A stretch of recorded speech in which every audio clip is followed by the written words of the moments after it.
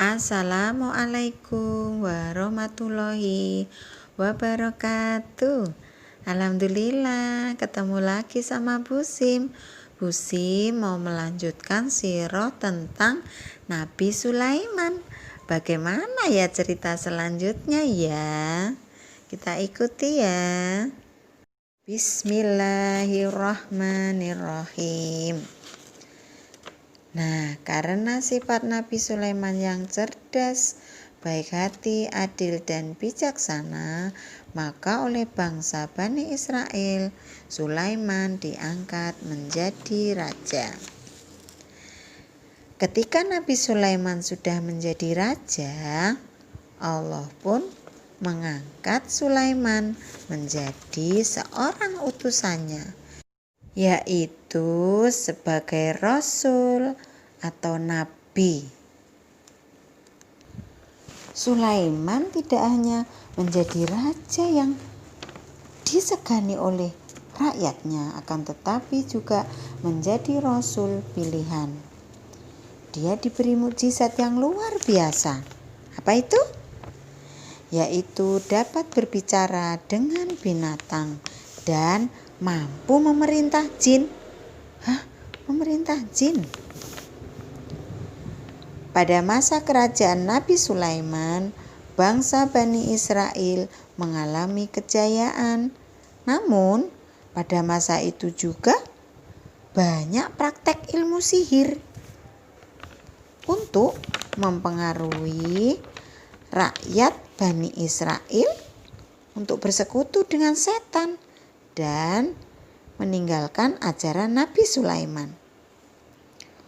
Oleh karena itu, Nabi Sulaiman memerintahkan agar buku-buku sihir dikumpulkan dan dikubur di bawah istana.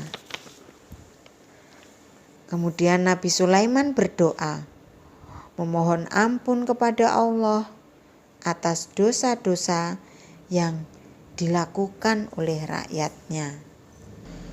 Nabi Sulaiman pun berpesan, siapapun yang akan mengambil buku-buku sihir ini, niscaya ia akan hangus terbakar.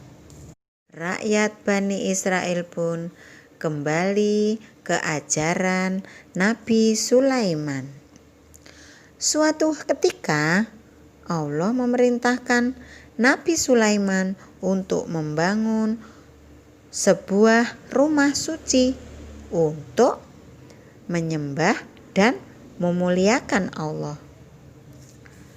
Rakyat Bani Israel bahu-membahu membangun Baitul Maqdis di kota Yerusalem. Setelah selesai dibangun, Allah pun memerintahkan untuk berziarah dan berkunjung ke Baitul Maqdis. Nabi Sulaiman pernah bernazar, kalau Baitul Maqdis sudah selesai dibangun, maka dia akan berkeliling dunia. Maka berangkatlah Nabi Sulaiman beserta pasukannya. Mereka tiba di lembah Asgalan yang dihuni oleh kerajaan semut. Wah, ada kerajaan semut. Apa ya yang akan terjadi di kerajaan semut? Apakah Nabi Sulaiman sama pasukannya diserang oleh semut?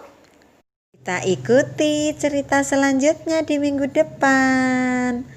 Kisah Nabi Sulaiman bagian ketiga. Alhamdulillahirabbil alamin. Nah, demikian sirah atau kisah Nabi Sulaiman bagian kedua. Sekian dari Bu Sim. Selamat mengikuti kisah Sulaiman di bagian ketiga ya.